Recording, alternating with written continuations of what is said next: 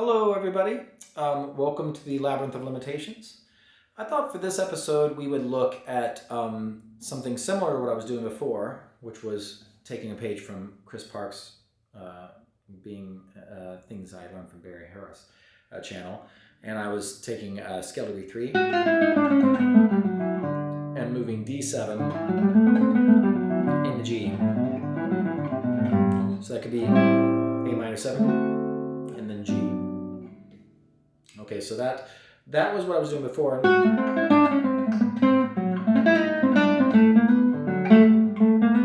So that was moving D7 into G. But what if I wanted to do something like so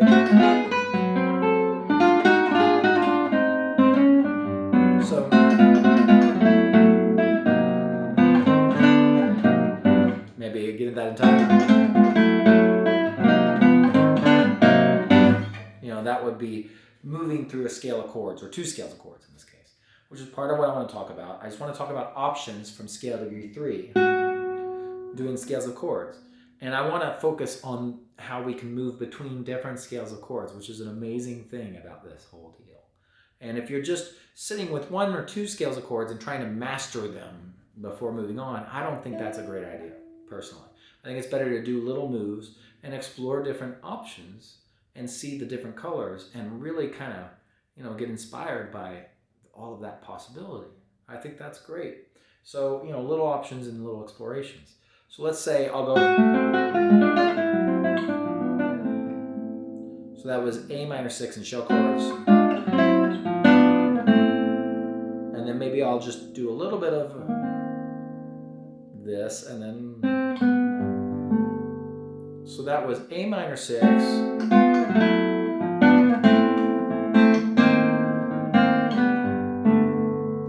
And what did I do at the end there? I went from A minor 6 to the tritones minor, E flat.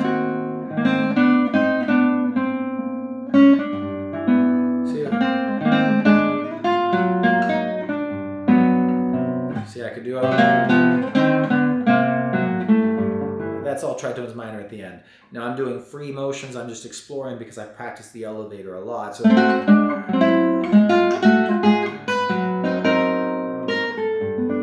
that was just exploring the elevator with A minor 6 into E flat minor 6. Starting from, so just like,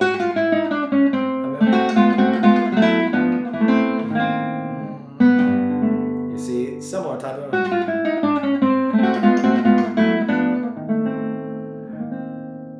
I do there, I did a different family member there. I went so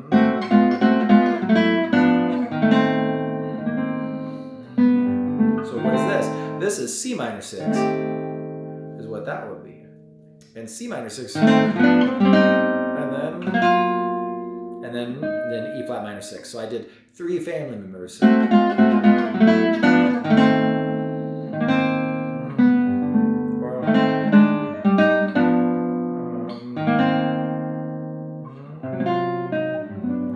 Time. That's 3 family members. So family, you can move between them if you practice it. And I'm just doing shell chords a lot. I love shell chords. So okay. So I'm just going to do a few other examples and make this kind of short, and just want to show you options. Just of infinite options. So I started with A minor 6 into its family members, in particularly tritones minor, which is similar to playing D7 into A flat 7, because those are the 6 and the 5s for those. So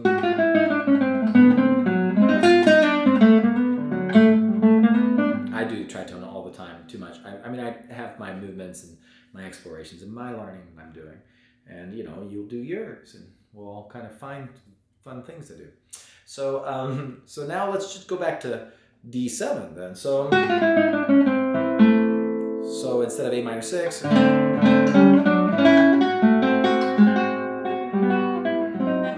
that time I went D7 into D dominant 7 flat 5, because just like A minor 6, which is the 6 on the 5, to E flat minor 6, they have the same diminished connection.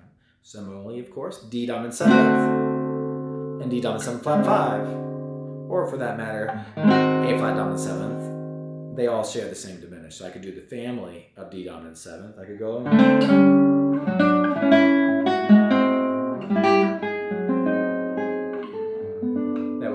flat 7, or I could go.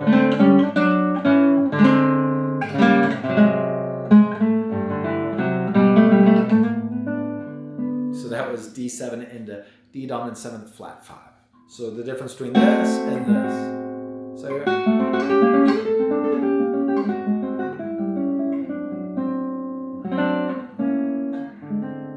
that's pretty. So that's.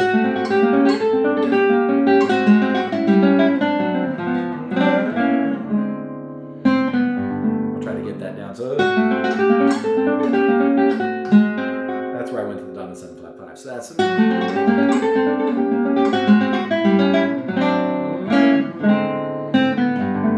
I like that.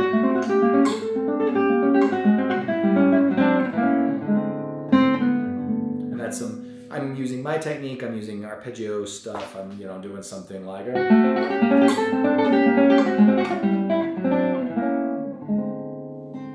Which is pretty. Elevator stuff.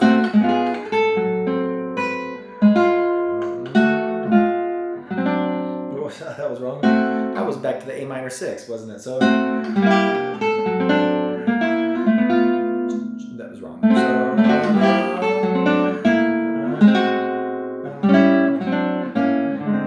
So that was elevator stuff.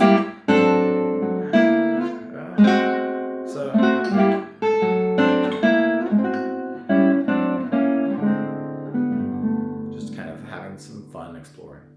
The octatonic, of course. That's some pretty stuff.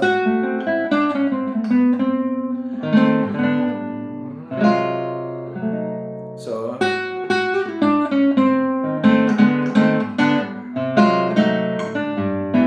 that's nice. So that is I did a triplet with 1/2 step, so I'm bridging the but instead of bridging it into another ABC, I'm going.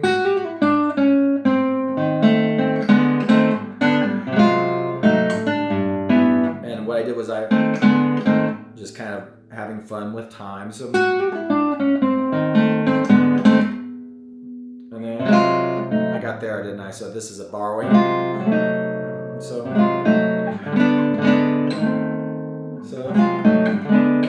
stuff like that.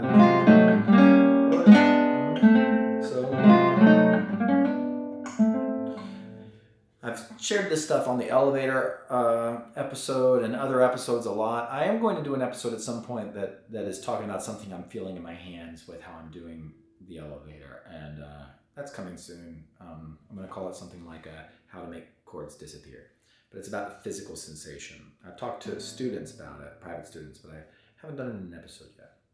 But these are just sharing some of the options. So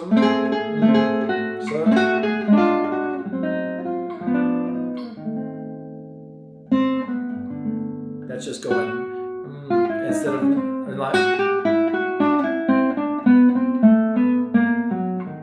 instead of doing something just thirds based with ABCs, maybe what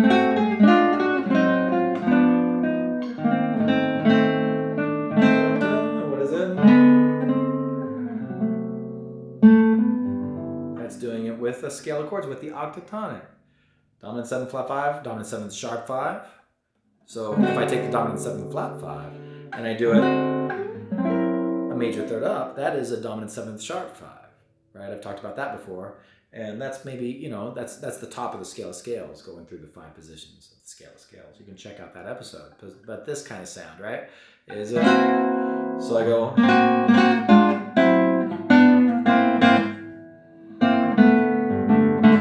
Right, 2, 3, and 2, 3.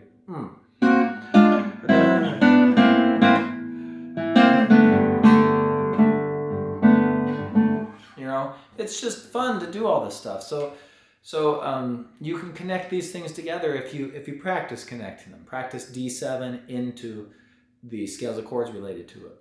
Practice A flat 7 also in relation to that. Family members, take little motions and explore them. So I hope this is just kind of an overview of kind of inspiration for how these connections happen. I'll have more chord charts and stuff up in future episodes. Just had a lot on my plate, and so I thought this would be a good one to share with you guys, continuing that conversation of things I learned from Barry Harris, but then also things that I've been talking about just a lot here in connection with that, with the scales of chords and stuff that are things that I've learned from Barry Harris and from everybody else, that's sharing, including Chris. So there's just so much sharing of this stuff, and it's really wonderful. Thanks for watching, and there will be more to come. Keep practicing.